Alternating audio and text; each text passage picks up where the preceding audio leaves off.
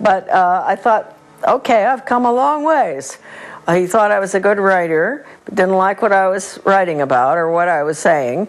And then finally he said, you know, if he had more time, he'd help me.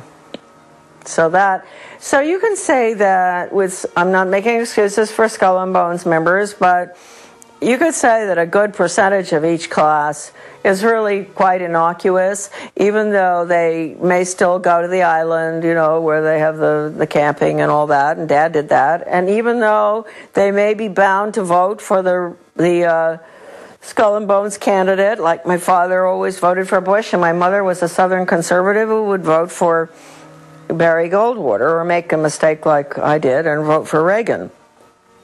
So their votes always canceled one another out because Dad would have voted Skull and Bones candidate no matter what.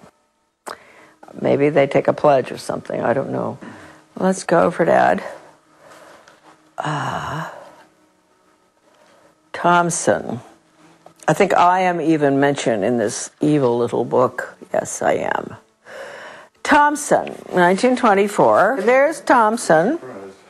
There's Thompson. In 1924, and you will see there where he was born and where he went to college, that he was married to my mother, that he was mayor of several towns. He was a very civic-minded person, and everybody loved him. He always got elected. The most generous person on earth that ever existed. If anybody had a problem, you know, he'd be right in on that, offering to help out no matter what. And he was a vestryman at the Episcopal Church, and I don't know what else Dad was, except he was the order at Yale.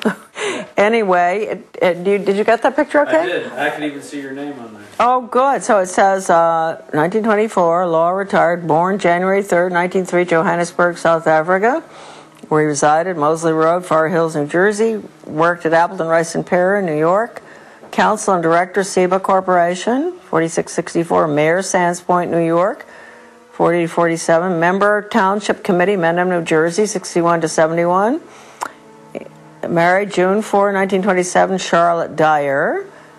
And daughter, Victoria Romig. And Charlotte, my goodness, my name is in the Skull and Bones little black book of members. I didn't even know that, huh? Well, good for you, Charlotte. I wonder what they say about me. Oh, they're so all to themselves. They probably don't even know about me. They probably don't even know about Dad anymore. So now we have, oh, this is an interesting one here. Oh, look at all these bushes. Bush, bush, bush, bush, bush, bush. How about it? Let me give you there we are, look. Bush, 1948, George Herbert Walker. Well, we're already, my representative to the UN, chairman of the Republic. This is a good one. George Herbert Walker, born in, he must have graduated in 1948, right? And born 1924 in Milton, Massachusetts, director CIA, Washington, D.C., residence in Washington, and President and Chairman Zapata Offshore Company, 58 to 66. Member U.S. Congress, 67-70. U.S. Permanent Rep to the United Nations, Ambassador, 71 to 72. Chairman, Republican National Committee, 73-74. Boy, he doesn't give up, does he? Chief U.S. Liaison Office, Peking People's Republic of China, 74-75. Lieutenant, junior grade, U.S. Navy, 42-45. 3 air medals. Married January 6th to Barbara, 1945. Children, George W., 1968, John E., Neil M., Marvin P., and Dorothy. Yep, okay. Then we have, George Jr., 1968, born, that was the class. He was born in 1946 in New Haven, resides in Houston, Texas. That's all they have for him. Oh, this is an old book, see? Yeah, okay. Then James, I never knew about James, did you? Yeah, he's the brother. Well, I've heard about him. Okay. And I knew about the girl. Yeah. Bush, 1953, Jonathan. Oh, I knew about him. He used to park his car in our garden in Camden before he would go out on sailing trips. Somehow we must have met him. He was very nice, Jonathan. Yeah, he'd be gone for about a month on the island, whatever island, Vinyl Haven or one of them, and he would leave his car in our garage or in our parking lot. And he was a rather nice guy. And then we have Prescott, 1917.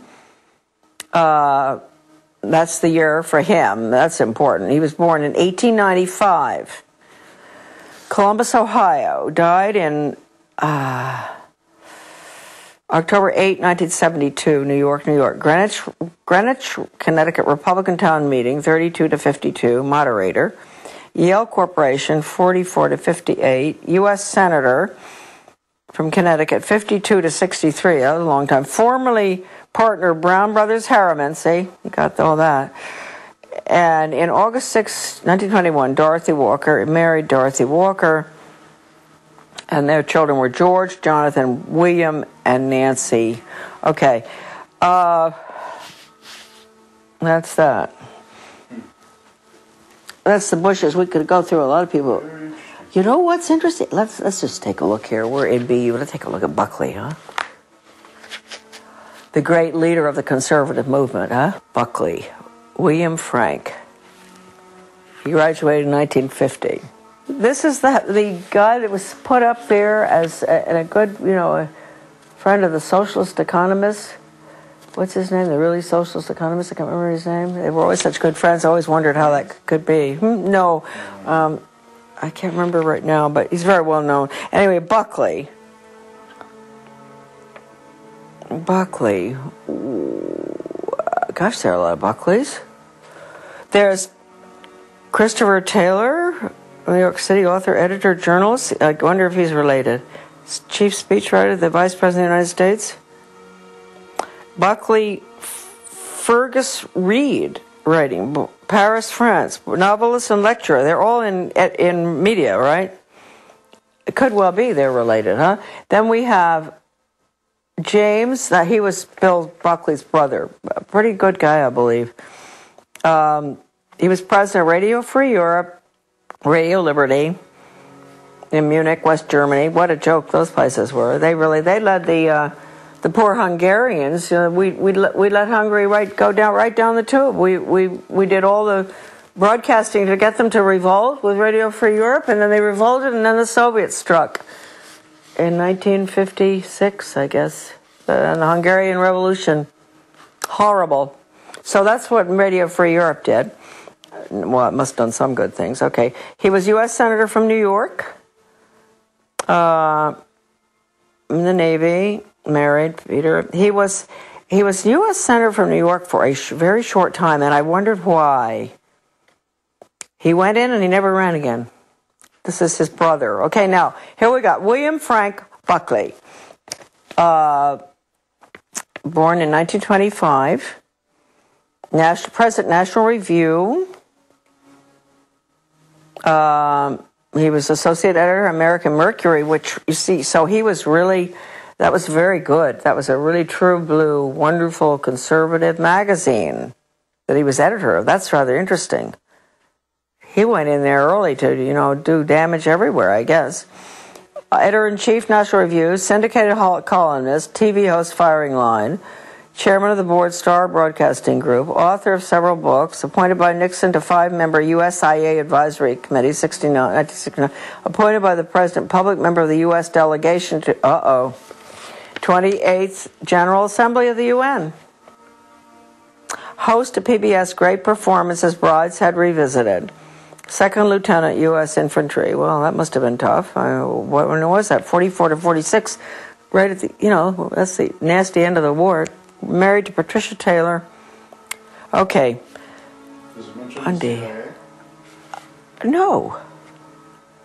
But he was confirmed CIA, wasn't he? He certainly was. With Ward, what's his name, and all of them. Maybe they don't put that in. CIA, huh? And here we got Frederick McGeorge Bundy, the one that's listed in the NEA's Cardinal Principles Pre-Planning Board. This is very important. So at the top, the NEA has all these characters, these rotten leftists, educators and government people, top skull and bones people. All right.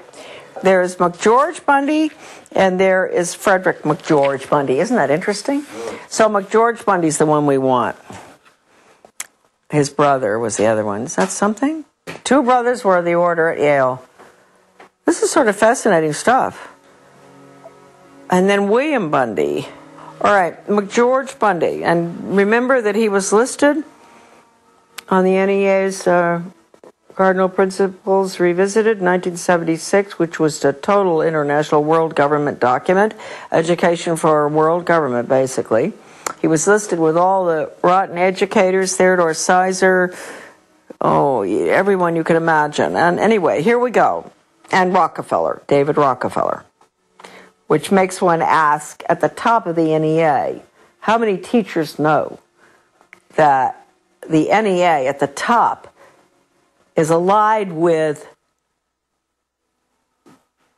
the Rockefellers and the insiders and the establishment and the very people that everybody will tell you the NEA abhors.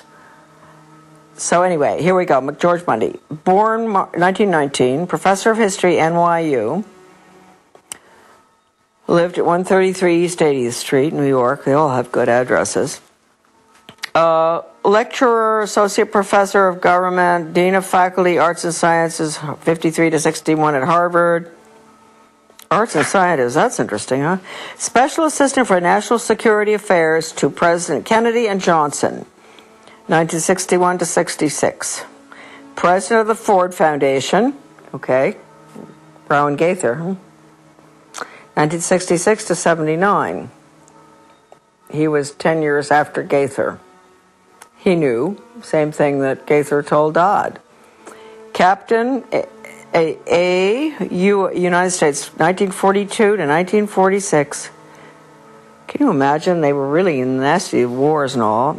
Maybe that's what caused them to be so world government oriented. I don't know. Well, they learned it at the order at Yale, I guess. Okay, nothing more of interest there. Married to Mary Lothrop, the children and all. And then William Bundy, okay, this is another one. This is the other one that's important. Journalism, this has got to be his brother. Editor, Foreign Affairs, okay, CFR.